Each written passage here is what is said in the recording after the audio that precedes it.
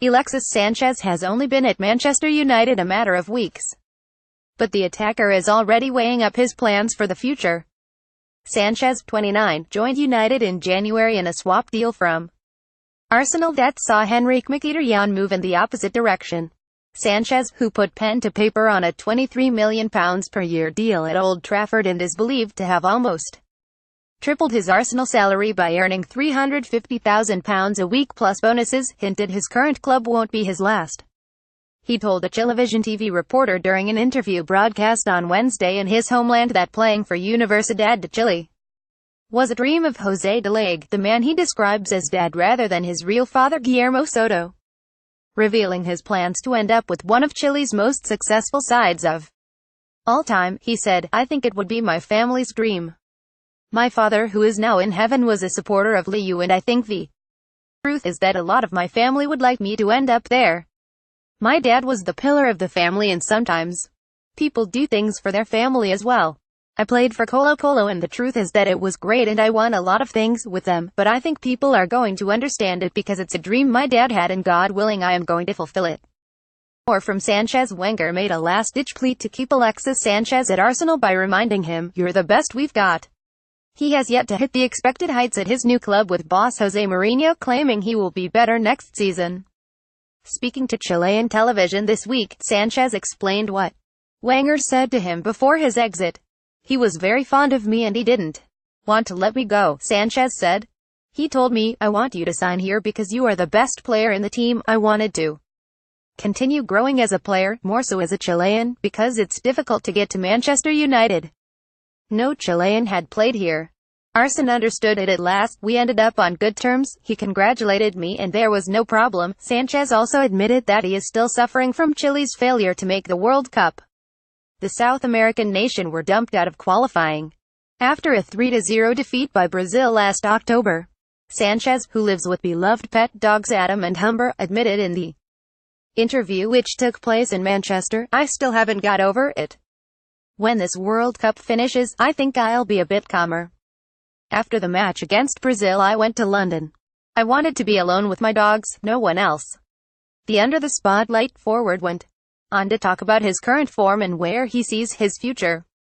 "The more pressure I'm under, the better I feel. I feel like an important player at world level. Being the best paid in the Premier League fills me with pride at being Chilean." Manchester United to rival Wolves in transfer race. Star makes bold claim. Collision course. Jose Mourinho and Manchester United are on a collision course over transfers. Mourinho has overseen spending of around £300 million since taking the reins at Old Trafford in 2016. But he claimed that figure wasn't enough after the Champions League exit to Sevilla, saying that he must at least be able to match at the spending of rivals Manchester City to be successful. But United chiefs have taken a different view. They think that the club should be performing better with Mourinho's existing outlay. That difference of opinion could lead to tensions between Mourinho and the board, with Moneybags French heavyweights Paris Saint-Germain not having given up hope of luring the 55-year-old across the channel in the summer, reports The Mirror. Although Mourinho only recently extended his contract until 2020, if PSG believe they can take advantage of any discord between him and United, they will do all they can to exploit it in their attempts to land him. Asked what had to change in the wake of a Champions League exit at the hands of a club beaten at the same stage last season by Leicester, Mourinho was unequivocal.